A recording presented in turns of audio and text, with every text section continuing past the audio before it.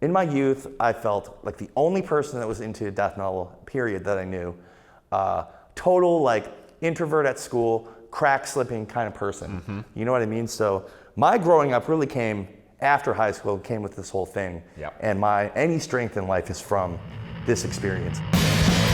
Worst gig ever with your host, Jeff Garlock on Revolver. Hey, what's up? This is Jeff Garlock, and welcome to Worst Gig Ever. It's the podcast where we talk to metal musicians about how terrible it is to be in a band, to play music, and all the crap that comes along with being a musician. Today we have a great guest, Trevor from Black Dahlia Murder. Trevor comes in with some great stories, some terrible shows that he's played, terrible people he's had to deal with. He's got amazing tour habits that are terrible, and we talk about porno grinds. We talk about it all. It's really the cavalcade of terribleness that is Worst Gig Ever. So keep on watching. Don't get miserable. It's great. In those early punks, were you primarily I mostly think about growing up and like going to punk shows, and there would be the death metal band that plays hardcore shows. Like that was in us. Connecticut, we had Tyrant Trooper, and like Tyrant Trooper always played with like Hatebreed, 25 to Life. And at the time, metalcore, as you knew it then, was coming around, and there was so much metal coming into hardcore and so many different facets between your dead guy sound to your Swedish metal biting stuff that everyone was doing. So yeah, we existed in a hardcore scene in Michigan. We didn't know of death metal bands to play with. They had to be out there somewhere, but there wasn't like that unity going on, that kind of, seeing the same people at different shows and, house show kind of circuit that kind of, makes it happen in that brotherhood level, you know what I mean? I mean, that's one of the billion nice parts of punk and hardcore, is that it's not like a pay-to-play. Oh, right. I think and there's a lot that can be learned, especially about DIY and what you can do for your own band through punk and hardcore for sure. Right. And, then you have metal bands that are foolishly paying $6 for their own t-shirt to be made, and they never know any better, and they sell it for 25 plus, and it's like starting a whole cycle of shittiness where, you know what I mean? Do you remember any of the bands you would play with in those early shows? The first few shows we played, it was like, we played Bane. Yeah. That was kind of big. Throwdown was a big one. Oh yeah. Creationist Crucifixion, that was our second show. That was really cool. Really liked those guys. Were great live. Yeah, they were sick. Right then though, they were on the talking about programming Game Boy to teach kids how to masturbate. So yeah, man, we could all be sexually free. You know. In theory, I get what they're saying, but wow. To talk about it for 45 minutes of an hour set, you know what I mean? That was heavy, man. It was like the songs were just getting in the way of that being like, all right, back to the jerking off. The other bandmates were kind of like, you could see them just looking at the back of their guitar necks, like kind of like, okay, Nate, let's go. Right. But what else? The Black Hand, they used to be Ire. Black Hand were They were really cool. First 10 inches, so great. That's awesome, man. Time forgot about that band. Yeah. Ire I just feel like people forgot about Ire was one of the best bands I ever saw. Yeah, that's live. awesome. I wish I could have seen them. Circle of Dead Children, a lot. Great. A lot of the early Willow Tip bands were coming through. Yep. Death metal on a punk circuit, like you said. It was Sadist Euphoria, Did you Upheaval. I think with that too, and like you mentioned the metalcore tag, but like then it was cool. It was now it encompasses something so broad. Right. It encompasses this huge chunk of annoying shit too. Right. You know what I mean? But it used to mean something cool. It used to be, the lines were blurred in a way that was really cool. It wasn't so divisive. Like it wasn't like, hey, don't call me that, bro. It was, there was, like I said, we started out very metalcore, dude. Our demo was a clone of a band called Prayer for Cleansing that we worshipped. It was the pre-BT band. And, Swedish riffs were, very much utilized in that. Tons of breakdowns.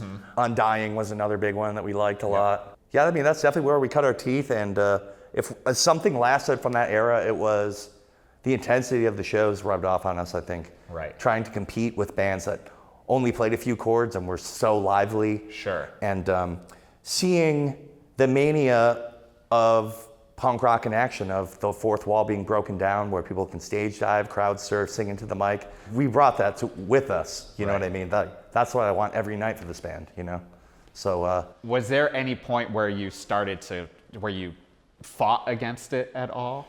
Yeah, along the way, I mean, we've been called a bunch of different genres, and at first it like irked me that they couldn't see us as what I did, which was just a death metal band. And well, because that's part of why I always thought it was weird. Because like in all that time, like even from from Unhallowed, I was just like, no, this is a death metal band. Like when I would hear it, I was just like, I can see they're clearly hardcore kids. Right, we were a death metal band in a unique. But you didn't have those terrible breakdowns that drive me nuts of like, wow, the guitarist has stopped playing for 30 seconds. Right. I mean, that came a little bit later. Basically, I want to say like, in a way, deathcore kind of neutered metalcore in that aspect. Right. The breakdown kids went, okay, now they can tune a Z, and I'm going to that. It's way heavier, it's way lower sounding, and they stopped for 30 seconds between chugs.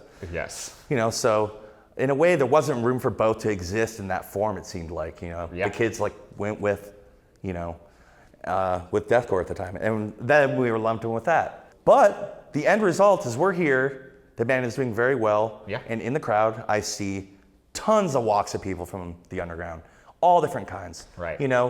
There's true metal guys that we finally broke down their defenses to. Yeah. Or, your average death metal kid or hardcore kids and everything in between kind of. And, I'm just thankful for how it's played out. Sure. It's been really being unique, even if by accident, by it being my weird ass as the front man with glasses and short hair and looking like a serial killer or whatever. Right. Or, the comedic aspect we kind of injected into things. We just didn't want to do photos. We didn't want anyone to know what we looked like. We thought, we'll fool them. Right. We'll let the music do the talking. The ultimate grift.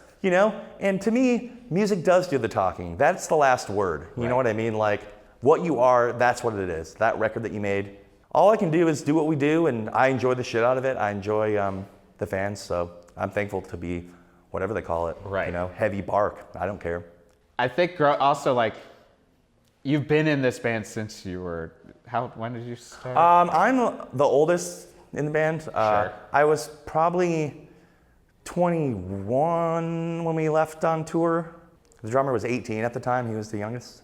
So I think with that, like, do you have any moments, and because I think about this all the time, like there's so many moments that I like cringe at, but I was in like different eras of different types of bands. Like you basically have like the documentation of growing up in front of, a microscope, sort of, like the eyes of the world, I guess. Right. So yeah, I look back at some definite haircuts that I had that were offensive.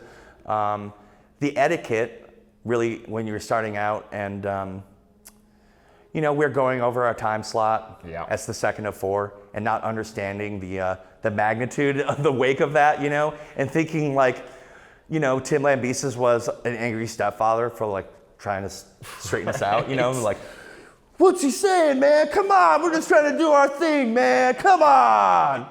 Just That's like not getting it. That's where the punk part comes through. Yeah, not getting it, and totally green ass shit. We didn't know what we were doing.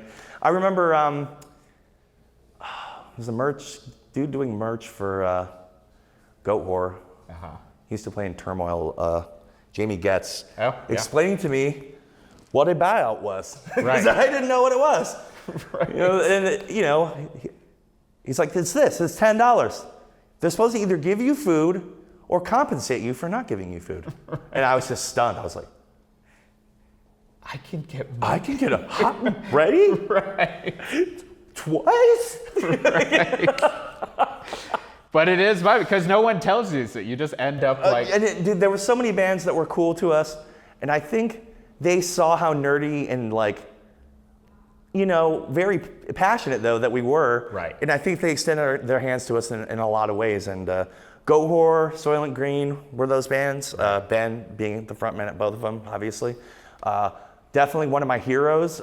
Seeing him in the very early demo day of our band, 2001, back in doing that metalcore demo. Right. We went to see Goat Whore and Immolation at the IROC, and I remember seeing Ben and just being like, my jaw hit the ground. Like, the way he expresses himself up there, talks with his hands, like obviously had an effect on me, because hearing, doing all this crazy shit. It's evolved in a certain way that's different from him, you know, but I made no bones about telling him, like, you're the man, you're the dude. And the two-pronged voice attack too was huge for me. Started with Carcass, but seeing him then at that show, I was just like, this guy's a god. He's amazing. I mean, Soylent Green was just always like mind-blowing watching him like perform, especially because like Goat Whore is certainly more pop, and it's just like Soylent Green. I would always be like, why don't you all love this more? I know, they're such a black sheep band. I think it was just, it's too twisted for the average person. I think, man, it's like there is literally too much going on. For those people. You have to be a stoner. I think maybe.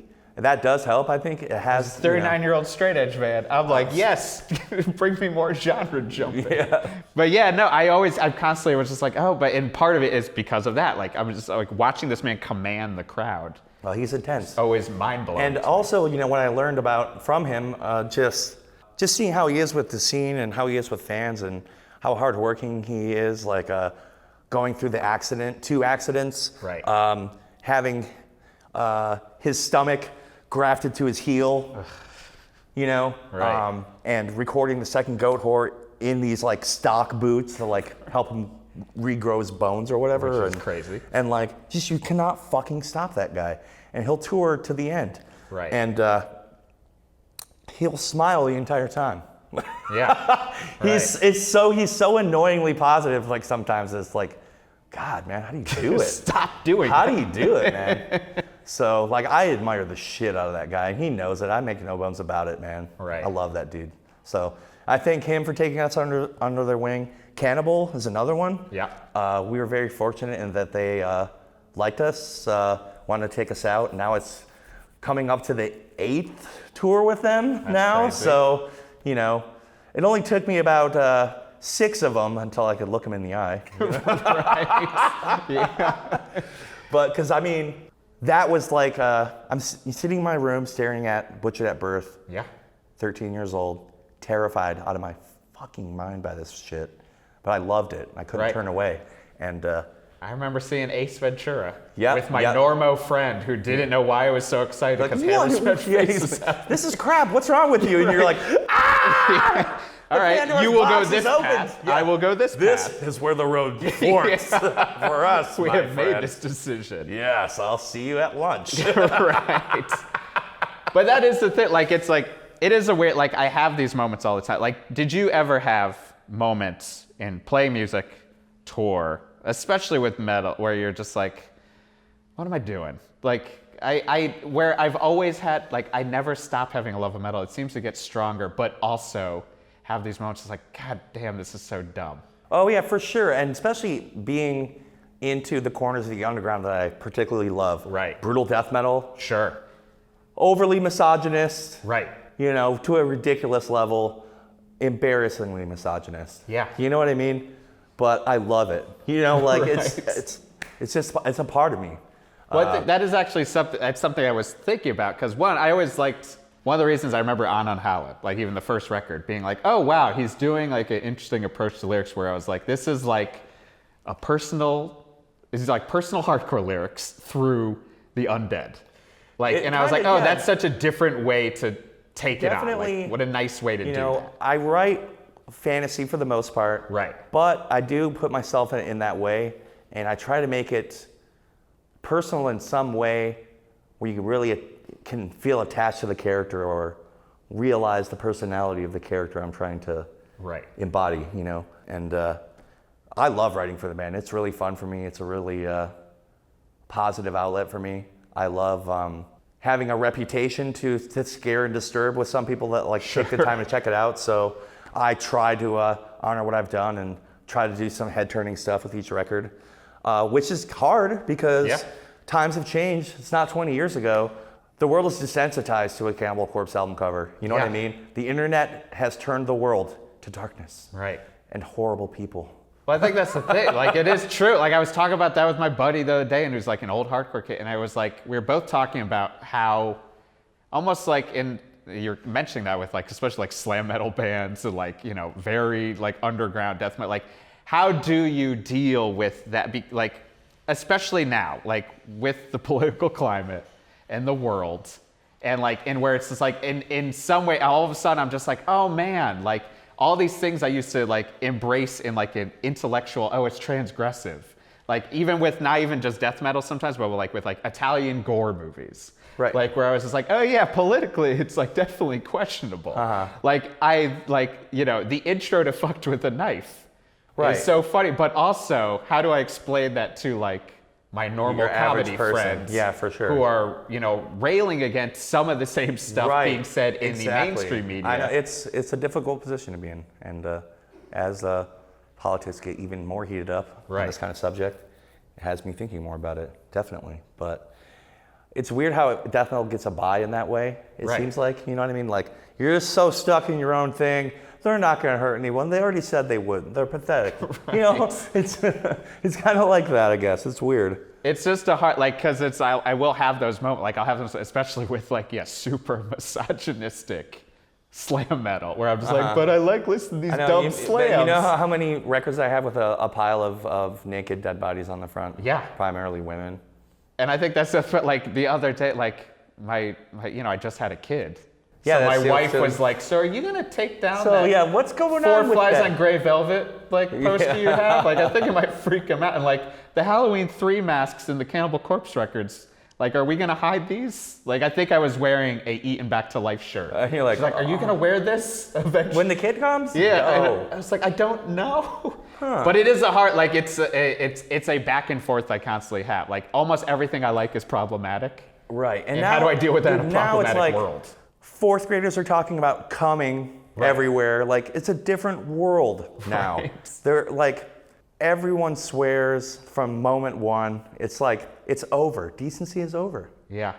Maybe that's it. Maybe we just have to embrace fuck it, and everyone should listen to. It'll come full circle. Yes, to Japanese slam metal. Yeah. Or the new Decapitated. Yeah.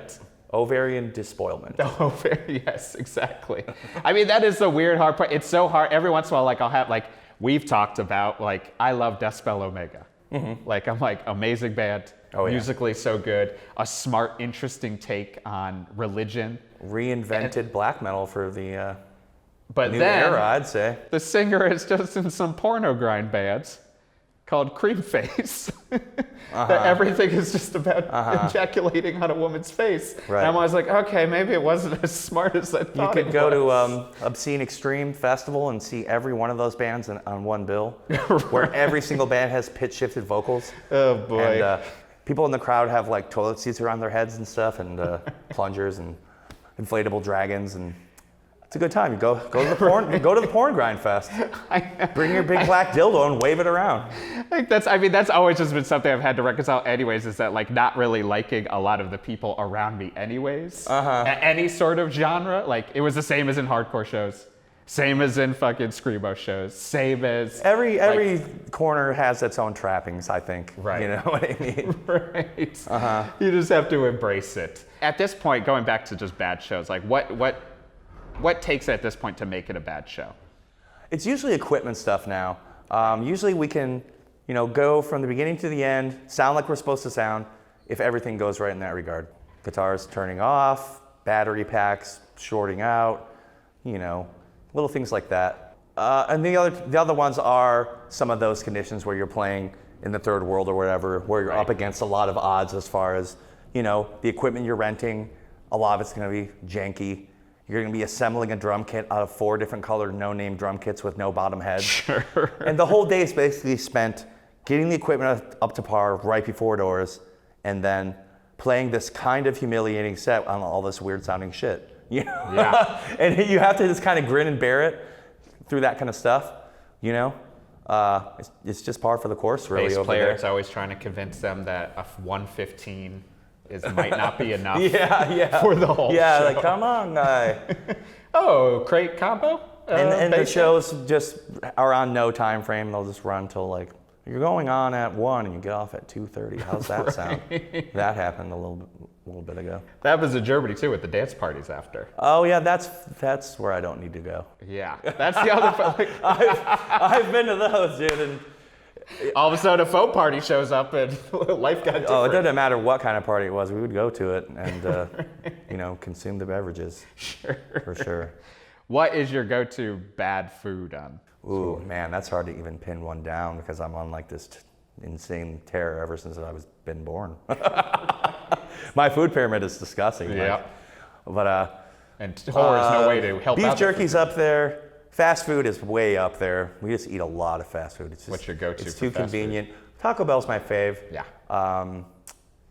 The 5-layer burrito. It's semi-consistent. It's usually lukewarm to cold consistently. When you get a really hot Taco Bell that burns your mouth, it's like, what the hell is this? Did we enter another dimension? Yeah, it's like, man, this guy's won the lottery today and he didn't quit yet, or what is this? It does feel like when they shoot in that sour cream gun, it just drops everything down. Yeah, it kind of does. There's a few centigrade. things they're putting together that, like, what did you expect? You know what I mean? Which is usually the best way to go into Taco Bell. What did you expect? Yeah, that's what they should. That should be the slogan. Taco Live Bell. Mas, what did you expect? Bell, what did you expect? That says so much. It says about like what happens to your gut afterwards. You know, like everything. I mean, honestly, it's a kind of a great way to sub up tour. Yeah, it's tour. like, what did you expect? Like this it's is what it camping is. full time. Yeah. Do you ever, when you get back from tour, do you have that weirdness of just like, oh right, I have to get back into real life? Like, yeah, and it's especially hard for me because I live in the same exact town I always have, and they don't take me seriously at all there. So it's like a stark contrast to having people want to talk to me about the band or whatever. Sure. Or, you know, it's like a hard smack from reality sometimes to be back home and go back to your problems. Right. And just to have enough time to like fester on shit that bothers you. Mm-hmm. At home, you have it. Out there, I'm just like tunnel vision, doing my thing. You know, I used to go out and count the days, but it's like, what am I waiting for? I live out here all the time, and it's like, I can't just shut my life off. This is what it is. Yeah, I had to like accept it. Right. And that made it a lot more fun. It makes it a lot more fun for me. Yeah. But also that can kind of bite you in the ass too, because sometimes you have this relationship that's waiting for you, and I end up like drifting away into my own dimension by the end of tour. You know what I mean? Yeah. People look at tour like, oh, it's so exciting, but for the most part, you make it into this routine. Yeah. You know what I mean? Where every day the same shit happens, Yep. and it's like clockwork. So you need it for your sanity you do. to some extent. But the element of surprise that's gone, I miss so much. Like crashing at people's houses when it went good. Right. You know, when you could eat all their food or whatever. Or, you know, stuff like that. Right. Or, you know, and then there's the other side where it's like, oh, I forgot to tell you, there's no carpet and we have 14 ferrets just running around. There are a lot of weird animals, especially in like mid-America. Like, you know, you get into like the real crux of it. Yeah. Like, you're like, what is that albino squirrel you have in like a fish tank? My first actual girlfriend, girls were like very much averted for, like they were not a part of my world for a long time in school. But my first girlfriend had ferrets, and she had this weird bunk bed, and it was like chicken wire under her bunk bed, and these ferrets in there. So she's just like kicking it with this ferret stench or whatever, just straight up all the time. And that was the kind of quality women I could get back then. I mean, they're stinky animals too, and so you take what you can get there. And they'll bite you, right, and piss all over you. They sound like fun. Right. It is very hard to make phone calls on tour. It is. Like, I'm not good at it. It's funny because people think it's this wild party or that there's so much variation in it that you would have something to talk about fresh. Yeah. But in reality, like we said, it's very cyclic and boring most of the time. When you're not playing, something sucky's happening. Yeah. You're either waiting or you're driving or you could be sleeping. That's okay. Sleeping's good. It makes time disappear. It sure does. But I would end up driving because I was scared of everyone else driving. It made years disappear. Yeah. It made my face look really old. Sleep. It made my liver turn into a prune. But it's all worth it at the end. I'm here. Yeah, exactly. The band's doing well, and things are. It's amazing to be around and have survived different, like we said, genres coming and going, popularity, and we're thinking long term from day one and globally from day one, basically, and which is super really rare. I think. When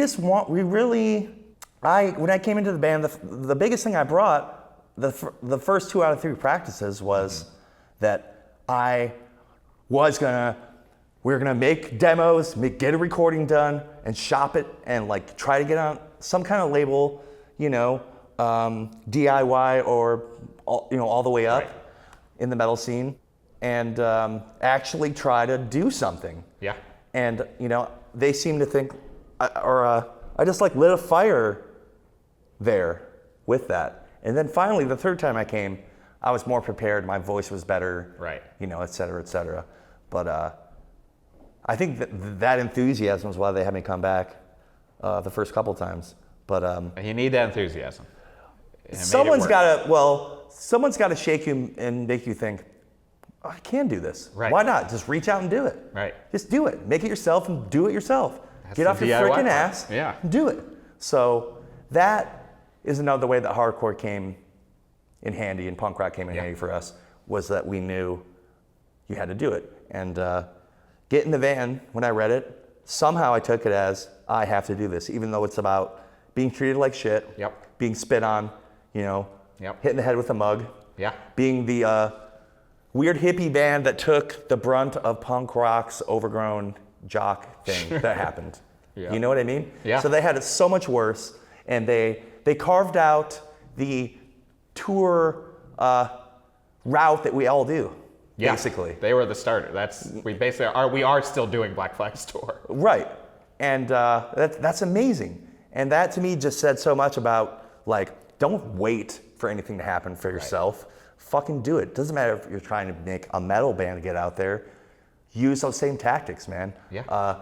And like reverse engineer the way we were finding music online, to like get it to blogs, get it to different ears, different outlets, Also, like being computer savvy, I think, somewhat this entire time, has been largely instrumental in being here. You know what I mean? Yeah. Embracing social media, breaking down the fourth wall with that, talking to the fans. They know it's me on the end of the Facebook. You know what I mean? Yeah. They come there, they ask questions, and they get a huge kick out of it. It's all you got to do. Yeah. Talk to people. And we've always tried to be that band too that, is visible, is here on earth, hopefully extending our hands to fans. Because I feel very thankful to be around people that I have a common ground with. It's been awesome, to say the very least. That's great. I mean, out of all that garbage touring, right? Nothing but inspiration in life. For sure. And this is the success that's been slowly just coming to a head, and it seems like we've been on a really great trajectory with the last few records, and I couldn't be more excited now, 8 albums in, to still be doing this and not see the dream taper off, but show no signs of stopping. You know what I mean? Yeah. Like, it's incredible. So it's transcended the glass ceilings of just being a death metal band, I think, and lumped into that in a great way. So I'm thankful for the weird road or whatever it was, that got us here. But that's awesome. I love that. So I think great stories, great summary of being in a band. The final question I always ask, what do you think of the word gig? Hate it. Perfect. To me, gig is the person that says we rehearse too. It's like a dreamer that pays to play, which you just never do. It's dudes that bring chicks to their practice space, Yep. It's a whole nother type of dude. And when you rent somewhere with a bunch of other bands, that's mostly what you're gonna get, is a house full of those guys. Yep. You know what I mean? Yeah. Bands that build a stage in their practice room with lights on it and stuff. It's like, what planet are these fucking people from, man? Planet Gig. Planet Gig, bro. Planet Rehearsal. It's a rehearsal, bro. Bring my chick. Got my chick, man, and her friend. Perfect. Thank you, man. Thank you so much. Hey, thanks a lot. It was fun. Awesome. I enjoyed it. Worst gig ever on Revolver. Oh.